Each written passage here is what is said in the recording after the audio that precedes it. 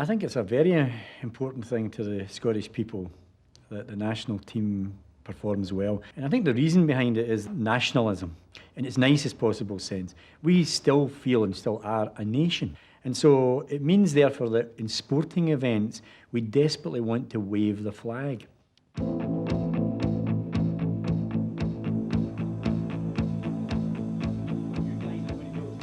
An even bigger effect, because when you go in that park today, you'll be doing something that no other Scottish player has ever done, because there's nobody else has ever played in a European Championship final. All the superstars of the past, nobody ever did what you're doing. You'll be something that nobody can ever take away from you.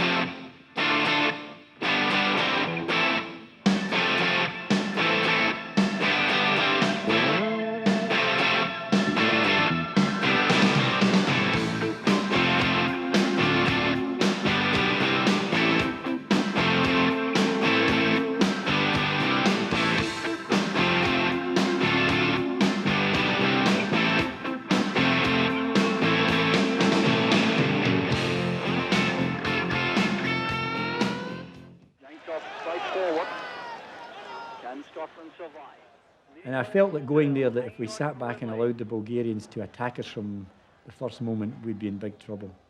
So we went at them. We organised ourselves. We had Gordon Durie playing as an outside right, and we had Tommy Boyd playing wide in the left midfield to try and get forward. And very early in the match, we scored a fantastic goal. Fine play by Boyd. Here's Durie. The chance is on. There's McCoy. Yes. The Scotland have taken the lead. And the Bulgarian fans are stunned. They're totally devastated by that magnificent goal from Scotland, inspired by Tom Boyd from Mullow on the lad. Gordon Durie, but just look at the pace here and the quality of the cross from Boyd. The keeper should have done better. It came off Durie, and there was McCoy closing in to turn the ball home. And Scotland... McCoy will be bitterly disappointed. Two superb chances on the break for Scotland. Here's Chapuisat. Great chance for Switzerland. And the Scots looking for an offside decision they're not going to get. Chapuisat has put Switzerland ahead. A lot of runs being made inside the area. Herman scores! Highs Herman unchallenged. It's a sickening blow to the Scots. McAllister, McCall and Boyd across the midfield. And Durie and McCoist up front. Durie has taken a knock as that ball is swept across there by Tom Boyd, retrieved by McCoist, and you can be certain he'll be determined to make amends for those missed chances. There's a chance for Durie, and Scotland have scored! We're 1.5 minutes into the second half, and there's joy at last for the Tartan Army behind Andy Gorham. Gordon Jury with his third international goal, leaving Hubert helpless. A cross here of real quality. Jury coming to meet it, and the Tottenham Hotspur striker drills the ball beyond Hubert. 7 minutes remaining. Jury going up early. It's a miscue there. McCoist nods it down to Jury. There's McCoist! Scotland have equalised! And Ali McCoist has made complete amends. The joy from the Tartan Army. The Scottish bench. It was a fantastic comeback. The players were delighted with it, and our supporters were just thrilled. We'd got the 2-each draw, and that was the result that led to the finals. Look at this shot from Jury. The keeper couldn't hold it. McCoist was on it in a flash, and this time the ball was in the net.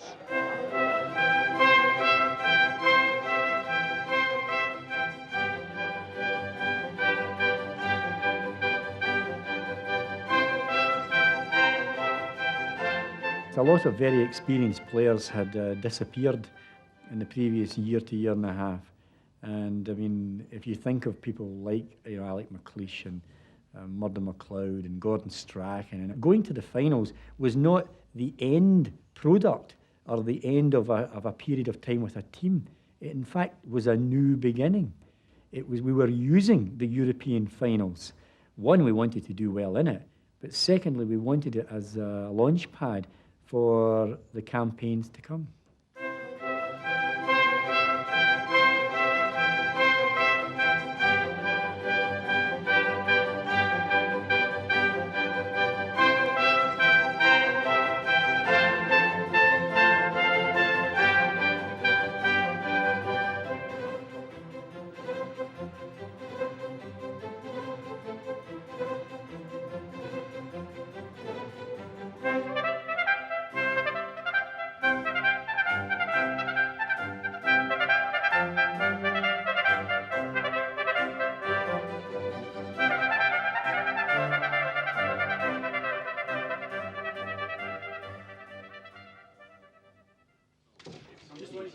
The other guys on either side turn in towards. In you go. Somebody in there. Gary wants to do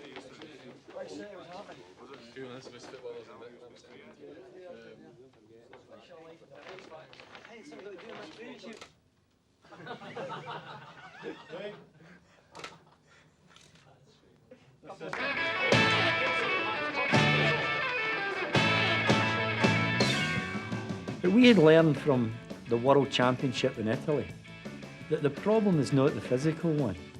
The problem is the mental one. So we decided that we would go to North America, where we knew that both in the US and Canada we'd get excellent facilities, nice hotels, nice training camps, friendly people. We would not be harassed by the media. The media there couldn't care less about us. And so we felt from the boys' personal point of view, they would enjoy it. And we, by taking them there, would keep all the pressures, the external pressures away from them.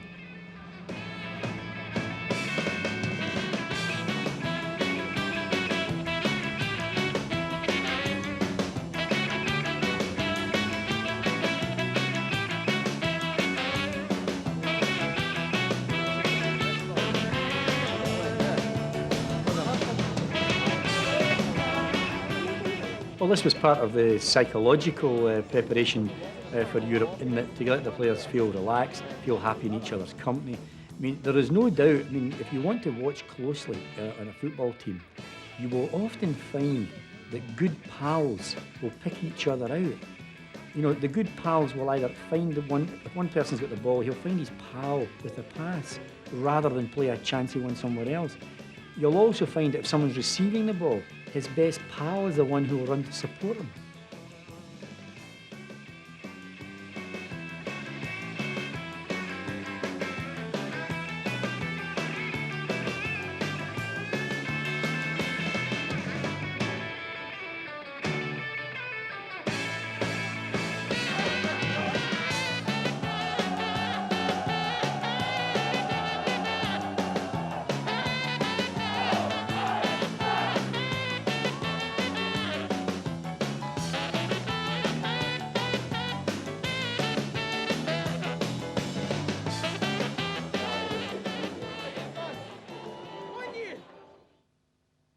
Well, the important thing in our training was, first and foremost, that we do a number of things. We have to organise the team, that is, shape the team up, create all the various tactical things that you require, whether it be to do with set plays, whether it's to do with your style of play, the structure for a particular game.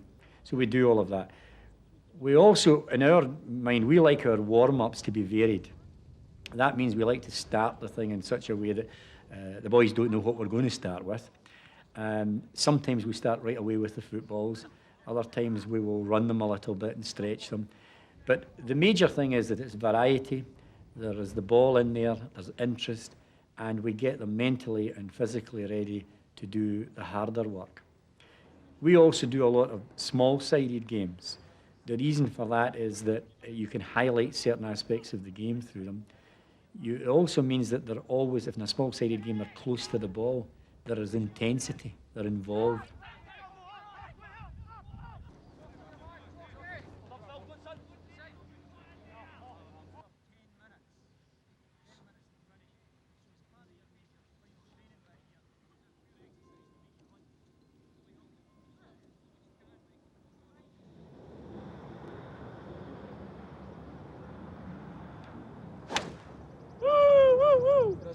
Wait to the right.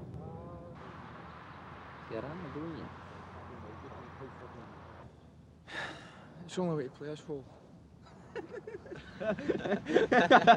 Quite going for the right.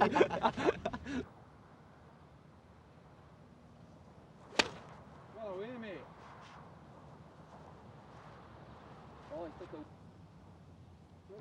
Good shot, thank you. Thank you. We can still hit him.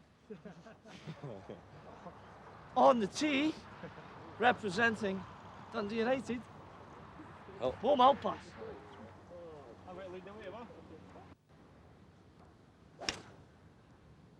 Shot.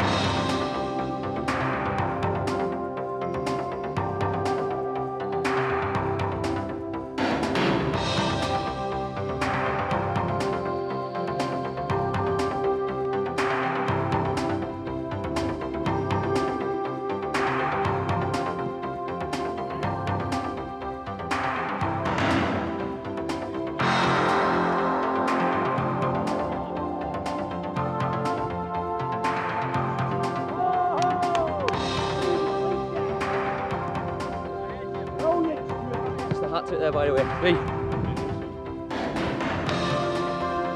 It's hard to believe, but I did honestly.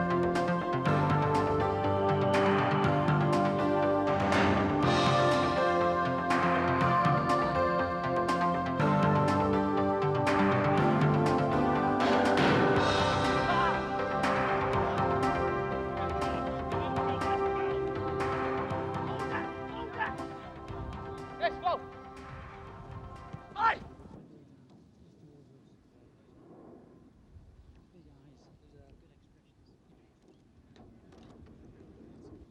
It's obviously sad and disturbing if a player has to lose out, and I was very upset for John Robertson, obviously. But it's not a decision I made. You know, my decision is about the team, the selection of the team or the squad. And if I leave people out of that, that's difficult for me to deal with. If I lose someone through injury, that was a medical decision.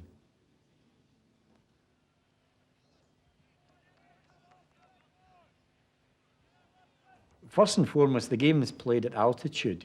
So from a fitness point of view, it was very demanding and I suppose useful to us in a way. But it meant, in terms of the quality of the game, we weren't able to play our normal running type of match.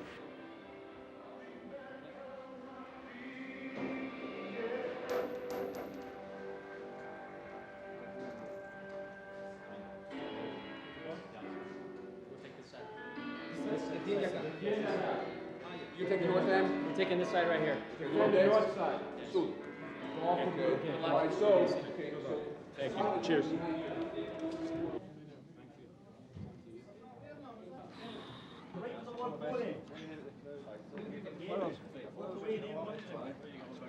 Left-hand side. It's in a page, you need to go on one of these white blocks.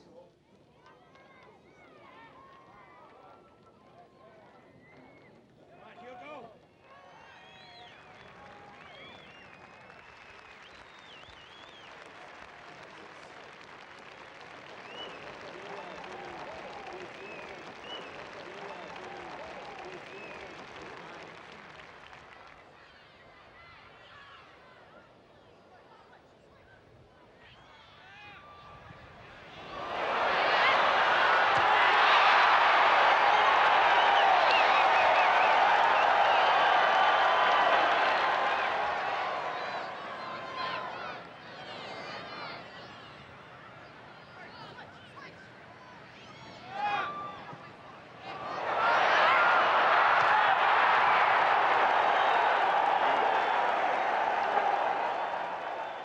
I think the crowd would enjoy the spectacle of the match. It was a great goal from the game. It was a fantastic 1-2, and Pat Nevin scored a wonderful goal. So that was pleasing. To win the game was good as well from a morale point of view.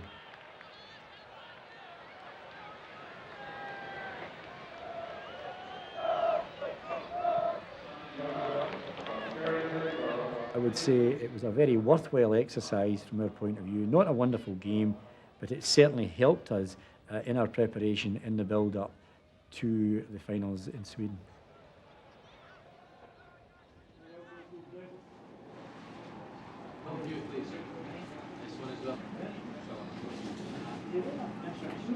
Short corner was good, Gary. What about at the beginning? The ball played back in the park, Morris. That's just stupid. All you've got to do is you get it, they're shutting off, you go back to the goal or square, put it down the channel and let's play.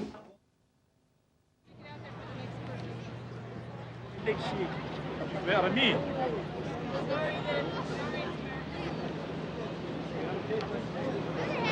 The golden boot. He's got one goalie then, so you won it before. Brilliant. Aye, it's official.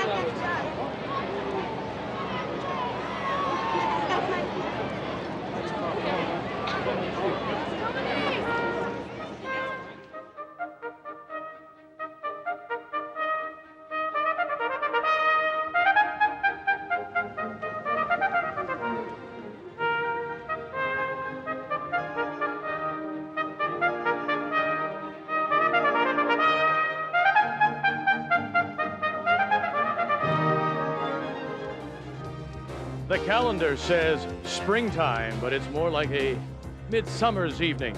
Here in Toronto, the weather absolutely gorgeous, and some 12,000, yes, the Tartan Army is expected to be out in full force to cheer on the World Cup side of Scotland as they meet Canada.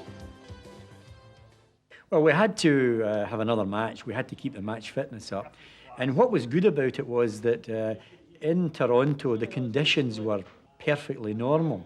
It was played in the evening. It was a calm, kind of cool evening. And having come down from altitude and from the heat of Denver, it meant that there was a kind of relief in playing a normal match.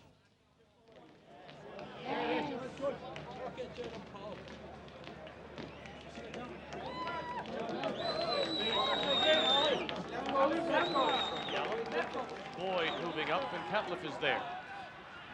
McAllister for McStay. McAllister, give and go. Here's McAllister. Yes!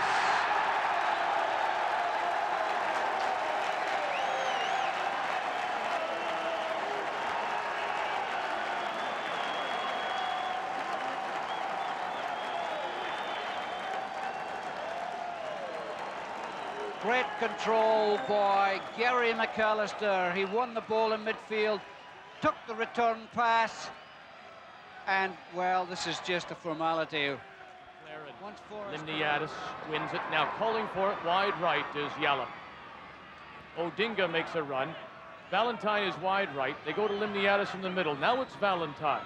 Across the top of the box. Odinga Lobilio, Catliffe, Boyd is over to challenge.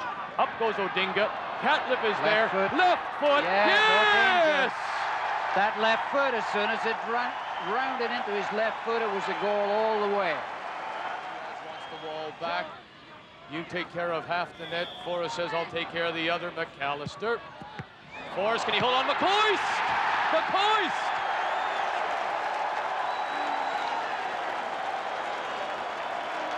The danger signals were flashing all the way along the edge of the penalty box. McAllister does this for Leeds. He takes the penalty kicks for Scotland, takes the free kicks for Scotland. And Ali McCoist, the superb goal puncher. What's this? Bend round the wall. Forrest does well to get behind it, but can't hold it. And McCoist, he didn't get 34 goals by standing watching rebound. Finding all kind of room. Boyd, oh, what a lovely ball. This is Malpass. Oh, yes, and at the penalty spot, Mr. Diaz points. And every time a player has come in from behind, the referee has blown a free kick. This time it has to be a penalty, obviously. Gary McAllister will take it. One-on-one with Craig Forrest. McAllister. He takes the free kicks, he takes the penalty kicks, and makes that one look easy. Leeds United midfield player, what a season.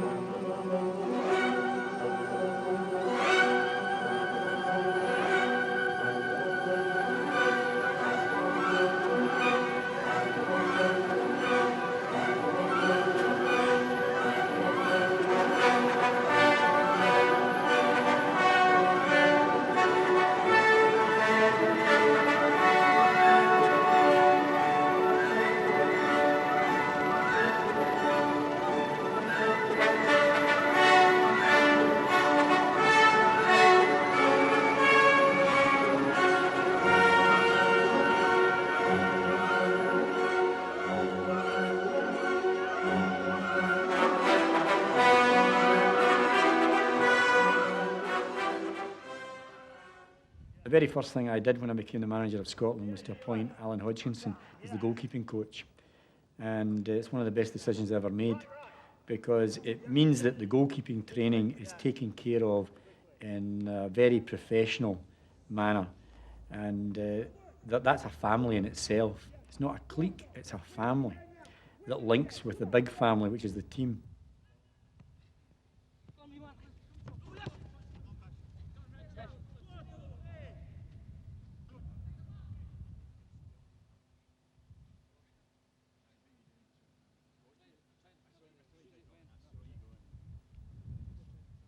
We took them up to Perth and to an excellent hotel there at Dunkeld. And on the site we had everything.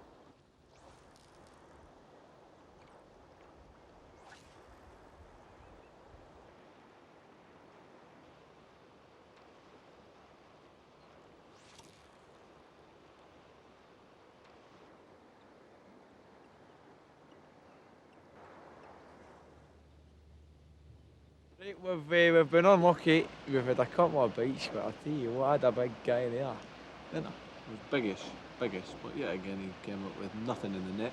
Sure, it looks like it's chips on its own, salt and vinegar, no fish. And a wee Thank you bottle very of Chianti. Ready to shoot. When I say now, you pull that trigger, okay? Ready? Yeah. Here he comes. Now. Right. Come. Oh, it's a broken one. Let go, let go. Well done. You're laughing now, but we're brilliant. Oh, it was 6 or 8 you got here. Right, it's ready to shoot. When I say now, you pull that trigger. Just come down a bit because the track's going to drop, okay? Right, here he comes. Just gently ahead. Yeah. Okay? If you press Just do a wee bit far down there, blow. Bust my middle. Okay, safety off. Ready? Yep. Here you go now. Okay, fall it up to the top, wait for it. Lovely. Great stuff. Okay, ready again? Yep. Here we go, nice and smooth. Follow it all the way up. Now. Good? Yep.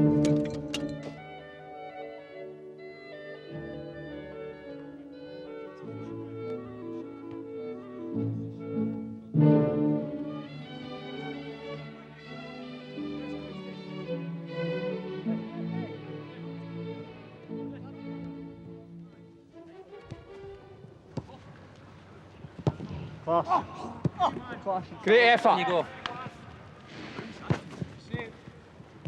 Oh, how'd you like that? He's good on a video. Yes, correct.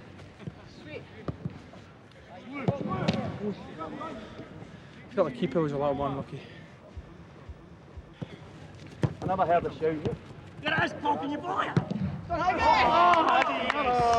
It's a cauldron out there, a cauldron. 2 minutes to go in the European Cup final. You must be watching it from the Jenison now. And we're beat. It was Morris's 50th cap, and in Scotland we have a Hall of Fame, and this Hall of Fame has under 20 people in it. And you only get into it if you've got 50 caps. And this was a momentous day for Maurice Malpass to reach that landmark. And of course we made him captain for the day. He was presented with his gold medal after the game. And of course the team didn't lose, and so in an away game. And therefore it was a very, very nice day for Morris.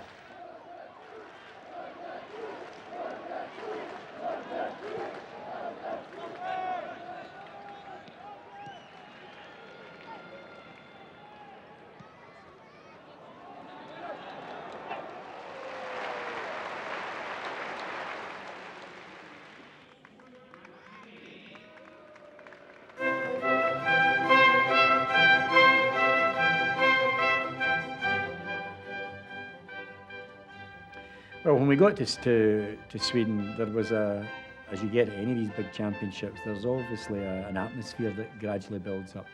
You know, there's all the media, and then there's all the pageantry of people coming with scarves and flags, and gradually you sense the build-up. And within a day or two there, you know, you realise that this is a major event. Everybody's aware of it. Within a couple of days, everybody knew that this was the real thing. This was going to be the big excitement, the big stage, and the big tournament.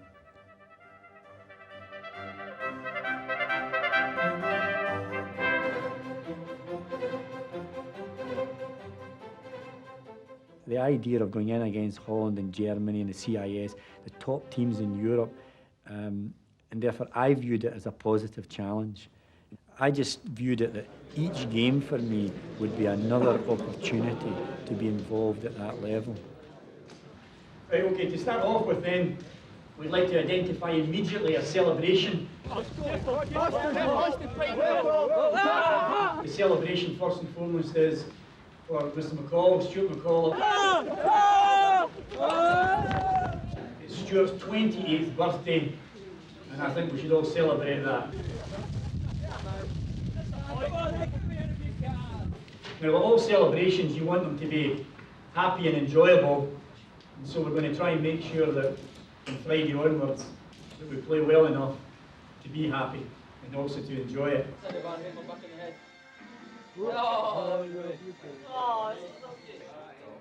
The atmosphere was great. Then the game started. We started to watch some of them on TV. We had Stuart McCall having his birthday, and we had a big cake for him. With your birthday today, what are the lads, I mean, I know they're a generous bunch here, what are they giving you?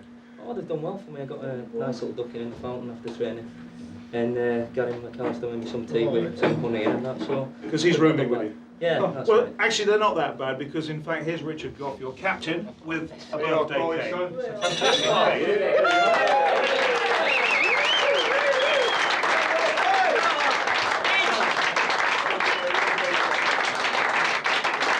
So they haven't forgotten you after this,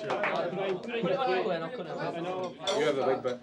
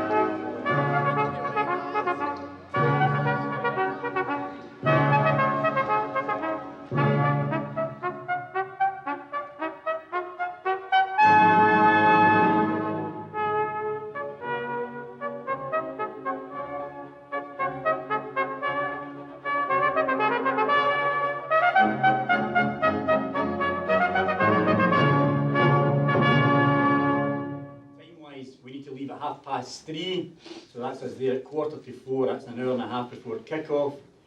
We've got to be on the pitch for warm-up at 25 minutes to 5. Next thing is that the two teams, when you go out, you go with the referee, the two lineups go. The subs go straight into the dugout, you don't go out with the lineups. And they take you to the usual middle of the park type thing and you line up and face the crowd. And then it comes to, of course, anthems.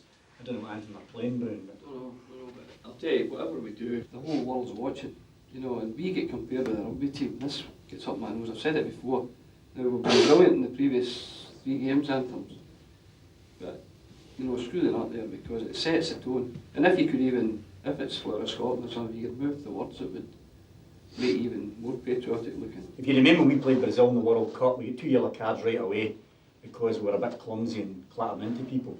And so early doors, just set the right kind of tone early on. You know, don't be getting into stupid things. I mean, if you clatter somebody in a tackle, what are we going to do about that? But I mean, don't be mouthing off or fighting with the referee early doors because he's under pressure. But anything from your side, any admin problems you've got, you know?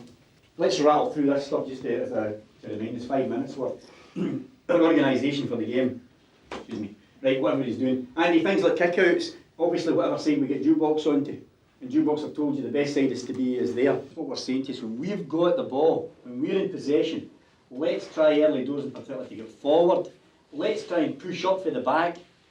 That means Cloyce, you and jukebox have got to try and push them as far back as you can because we need the depth to the game. We need a bit of distance, in other words. Try and get yourselves as far up as you can. We need to have width to the game, which means either the full-backs or the wide midfield players giving us that, or it might be that jukebox is going out wide. It doesn't need to be anyone in particular, but you've got to open the game. If we play in a narrow front, we'll make it easy for them. We've got to open the thing up. And defensively, 2 things I'm going to say to you. Compact. That means we come back together like that. Compact. And secondly, aggressive. But it's controlled aggression. We have to dictate the game to them. Okay, just before we break up then and all this, I just want to show you something. This, you might think this is a wee silly bit of tape, but I saw this not that long ago, and I know when I watched it, I kind of went, oh, that was interesting, didn't know that. Wait, you see this. People say that Scotland, that we're just a wee nation and that we don't have much effect, right? Well, we might only be a small country, but we've had a few effects, and that goes for the football as well. Look at this thing here. It's nothing to do with football. Just watch this. 75 feet. It's looking good, down a half. Neil Armstrong called this one giant leap for mankind. But really, there were a great many giant leaps on the way to the moon. Picking up some dust. The proof of the world's rotation, the accurate measurement of the moon's distance, even the development of the sextant. These were all giant leaps. Tranquility Base here. The Eagle has landed. And Apollo 11 would never have got off the ground without liquid hydrogen and oxygen, navigated without radar, propelled a lunar module without helium, made these pictures possible without television. You had a good picture, huh? Yet it's to one corner of our planet, to the tradition of innovation in one great country, that all these achievements owe their origins.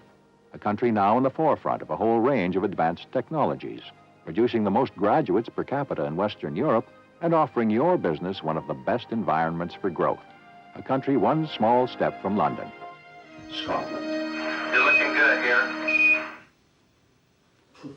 Okay, small advert, but I'll tell you, I didn't realise the effect that Scottish people have had in taking people to the moon. Now, as you know, in terms of Scottish football, we might be a small country, but we've had an effect. And what you guys are going to be able to do here is have an even bigger effect. Because when you go in that park today, you'll be doing something that no other Scottish player has ever done. Because there's nobody else has ever played in a European Championship final. All the superstars of the past, nobody ever did what you're doing. And this goes for all the lads in the room. If you finally go on during this championship, you'll be something that nobody can ever take away from you. We not only are instrumental in getting Scotland to European finals, but we can actually have an effect here. Wee Gordon phoned last night from Spain. He said to all of you, just to pass on the message, he said, don't have any regrets.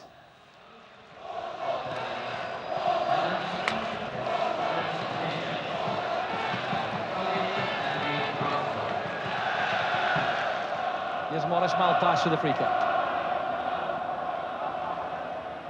Goff going up there, beaten by Hullett. In goes McStay, and a chance for McPherson! It was a golden opportunity, but the flag...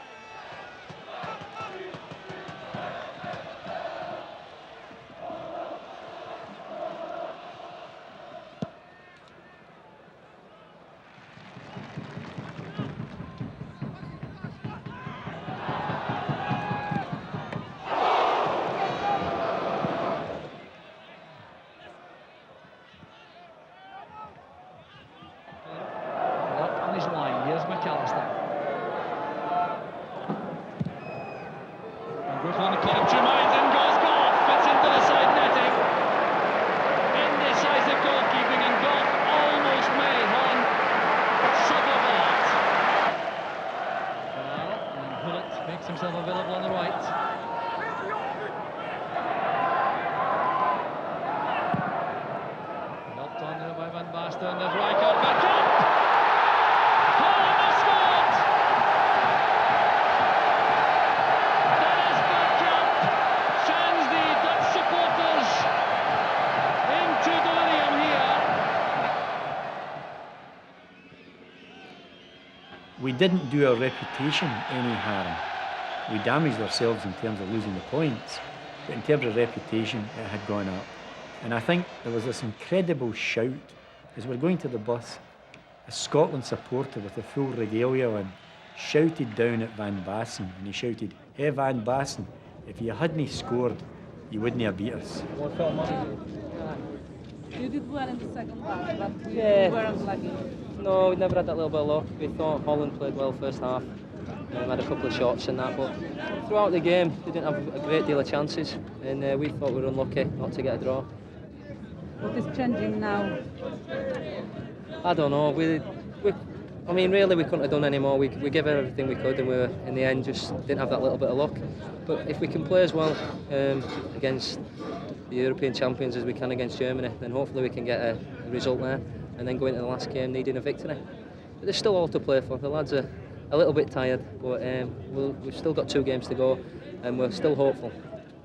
This is the great thing about the tournament. The next match is only a few days up the line, and you've got Germany to face. I mean, it's not as if you'd come off Holland and then you were going to play one of the minnows of Europe. You're suddenly going to play the world champions. Now, that focuses the mind for the players and for me, and you can't afford the luxury to look back. We gave our best against Holland. It didn't quite work out. Well, from the minute, I can assure you, on the bus, on the way back to the hotel after the Dutch game, the thoughts were already on Germany. And therefore, there was no time to look back in again. You try to learn from the experience, but in an emotional sense, you don't look back in. You only look forward, because we had to get a result in the match to survive in the tournament, but secondly, we had to make sure that professionally, from a pride point of view, that we come up with a right good performance. Yes!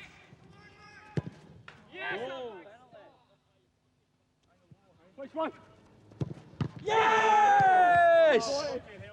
Right, well, what we're going to do this afternoon is we're going to play exactly the same team that started the last match, because it's a very rare thing for us to be in a position to do that. First of all, because usually there's that many call-ups or there are injuries or something, and not only that, we feel that the effort that you put into the last match was such that you deserve to start a game. Nobody who started that game deserves to be left out. Now obviously it's a slightly different tactical thing, but don't worry, we'll talk about that. It's minor refinements.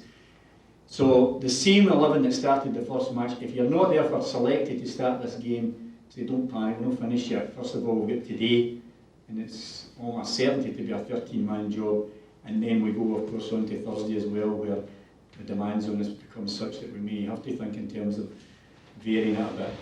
So all we're saying to you just now is that if you're not in the selection, then I'm sorry, I apologise to you, but you're very important to us. Don't think that we don't appreciate the work you have done. The attitude's been phenomenal with the guys that are back in the squad up, and I can assure you, having been previously in various exercises and watched them in the past where maybe you had one or two who weren't as supportive when they weren't playing, it can really damage the whole place, it can damage the whole morale. And so the guys that are playing in the starting line up here, you really have to appreciate the attitude and the support that you're getting for the guys that are not starting, because it's harder than them not to start. Right, next thing we've got, this is very important now that we get to these things. Here's your jobs. Richard, Regal, the obvious one, right? Jukebox, you come back with Vince. The sweeper comes up, you come with him, okay? And before I forget, the 2 strikers, this is absolutely vital. Obviously it's important what you do in a creative sense, that's more important. But for the team effort here, see if one of these guys from the back, particularly Big Bushwell, goes in a run and you're anywhere near him, go with him, because then he'll chuck it. What we've got to do is make sure that we know how we play and really know what it's about. It's what you do as individuals.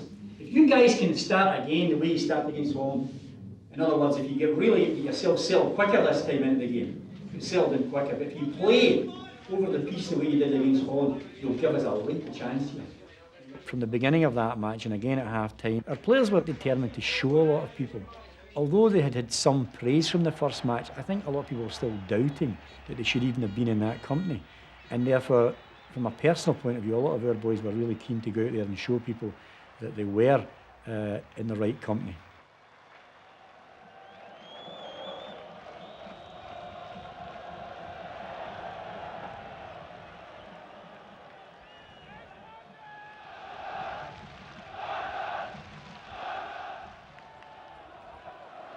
McAllister.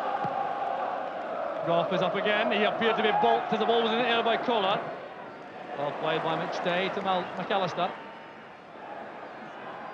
Good running by McCoist, his first real involvement in the play. This is McCall, through to McAllister. McAllister again on the volley. A superb effort once again by Gary McAllister, his second of the match.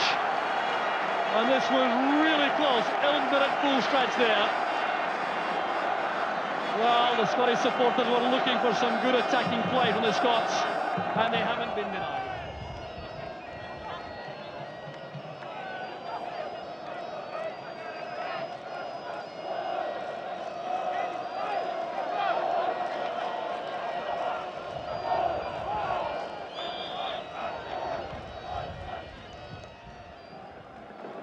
There's Goff and McPherson.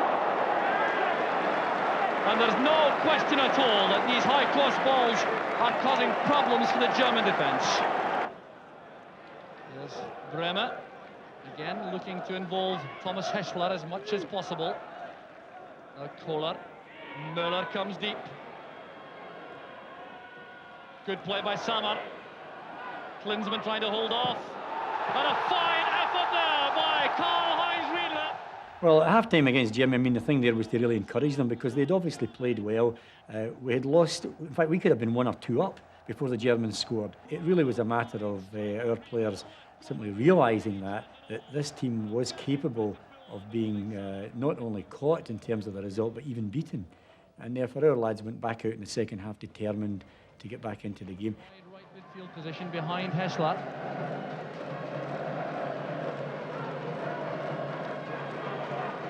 Well, pass back peddling.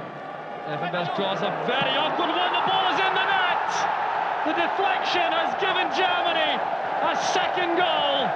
And Stefan Effenberg takes the congratulations of Riedler.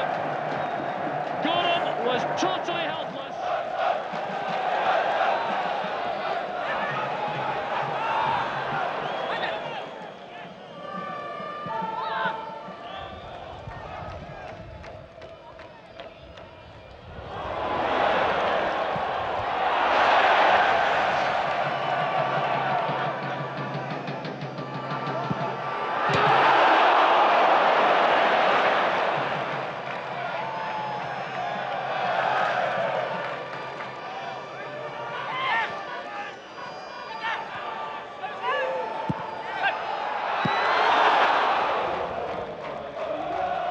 Well, at the end of this game, we felt extremely unlucky. Anybody who watched that match, I mean, Scotland pulverised Germany for a lot of that game.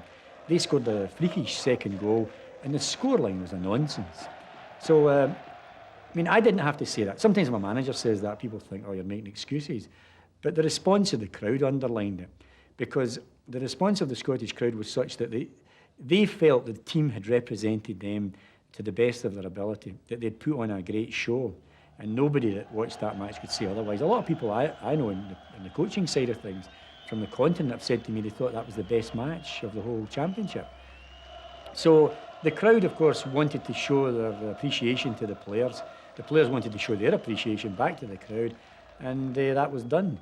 But then there was a request for me to go down and have a word with some of them, and this turned out to be a very unusual experience because I don't remember very often a manager going out to actually speak to the crowd just before they disperse. And it was a very unusual and demanding experience for me.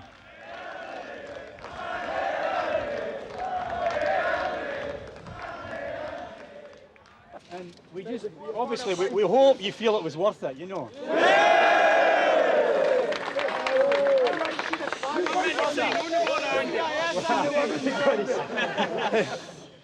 Our pal out here says he's going to sign on tomorrow. I might have to do the same thing.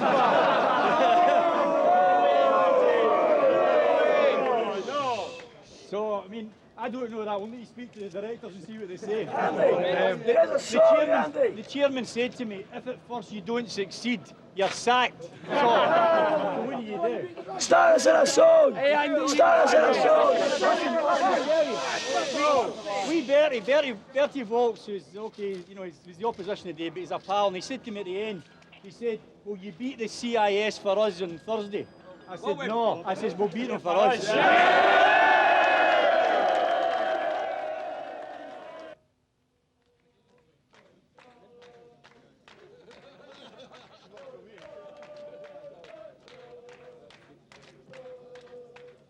One complaint. I came to the Milan derby at the end of the season and lose 1-0. Not a good game, eh? Brilliant play, sir. All the best. Take care. Mr. Roxburgh? Yeah. Just one question. Oh. So, Mr. Roxburgh, not so lucky also today against Germany. Yeah, we always have a phrase in Scotland where we say, get your lucky white heather here. And I'm afraid I didn't have enough lucky white heather with me. So, with which spirit now you fight against the CIS in the next match? Oh, we will. Our supporters are here. It's enough. The championship now is not for us, but our supporters are here and they're for us. We decided to go into the last game. A lot of people have said, well, don't lose it, just salvage a bit of pride. But we didn't have that view. Our attitude was, look, we have performed very well here in 2 games, but the bottom line is we haven't won either of these matches. So in order to underline how well we had played in the first 2 games, we felt we had to win the last one. On the way into the stadium in Norrköping, we suddenly stopped and we wondered what was going on. It was a security check or something. And the next thing, our outriders took off their leather jackets, and of course, the boys, they couldn't believe it. They're all wearing these Scotland jerseys. They were away strip. And in the way, and it was very funny because you could see the police near the stadium. They saw these Scotland jerseys and people riding police bikes, and I'm sure they thought it was Scottish supporters had stolen the bikes.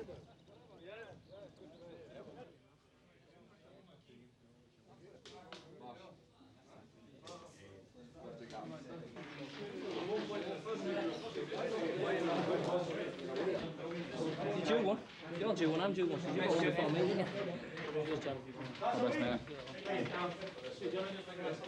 Come on, all right, good go. Come on. Pass away. Pass away. Pass away. Midfield aggressive, Matt. Come on, let's have a late goal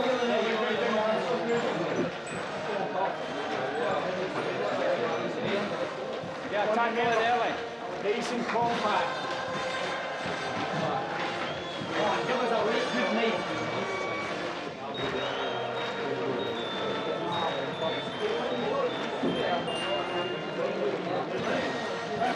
Come on, boys.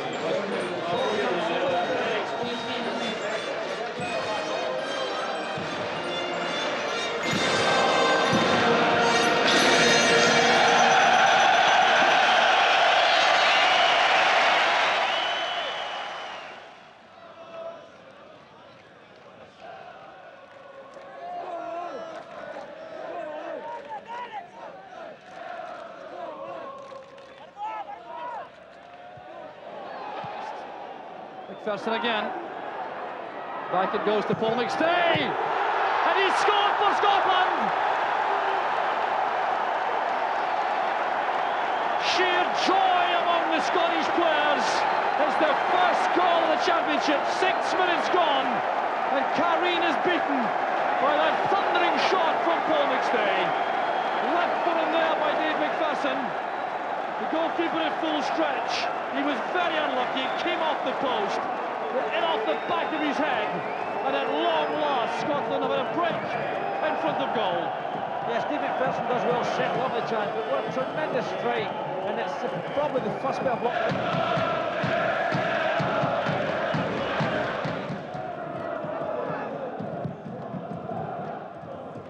All those pessimists who had a gamble on the fact that Scotland wouldn't get a goal, disappointed clearly. Certainly every supporter inside this stadium in Norrköping very happy indeed. And another! And it's Brian McClare's first goal for Scotland. And you can tell from his reaction the sense of relief he feels. It's his 26th international. And once again, with the help of a deflection, it's a goal for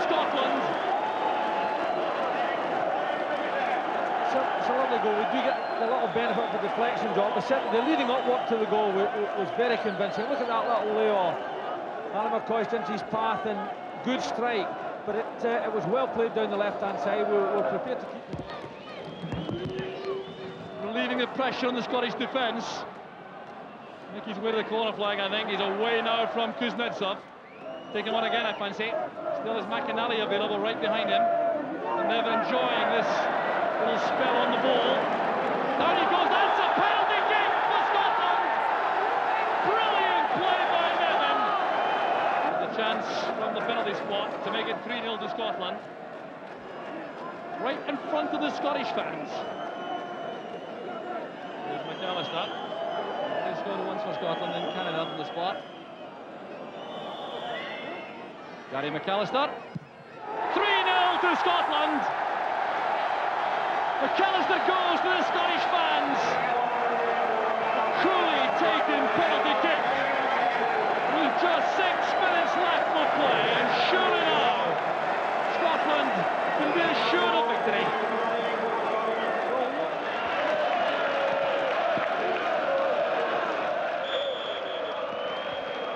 Our boys, in fact, had justified being in that championship. That result underlined that we were good enough to be there, and secondly, it underlined that there had been an element of misfortune in the first two games.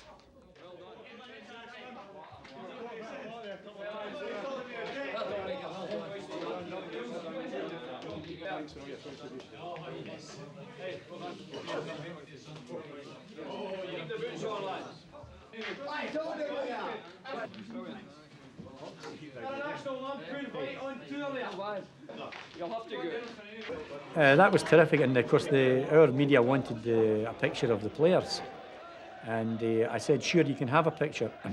You can have a picture of the team if you want, but the thing here is that team that you're going to picture will be the whole lot, and of course they wouldn't mean the whole lot, you know. And I said, well, not only the players, but the 12th man as well. That was the crowd, and so we didn't get our picture taken across the pitch to the side of the pitch. We actually got our photographs taken with the crowd at the back, because it meant they were part of the team picture.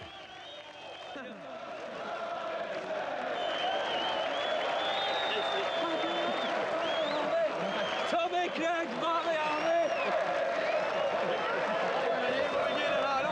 We're going to wee Barbie everyone tonight!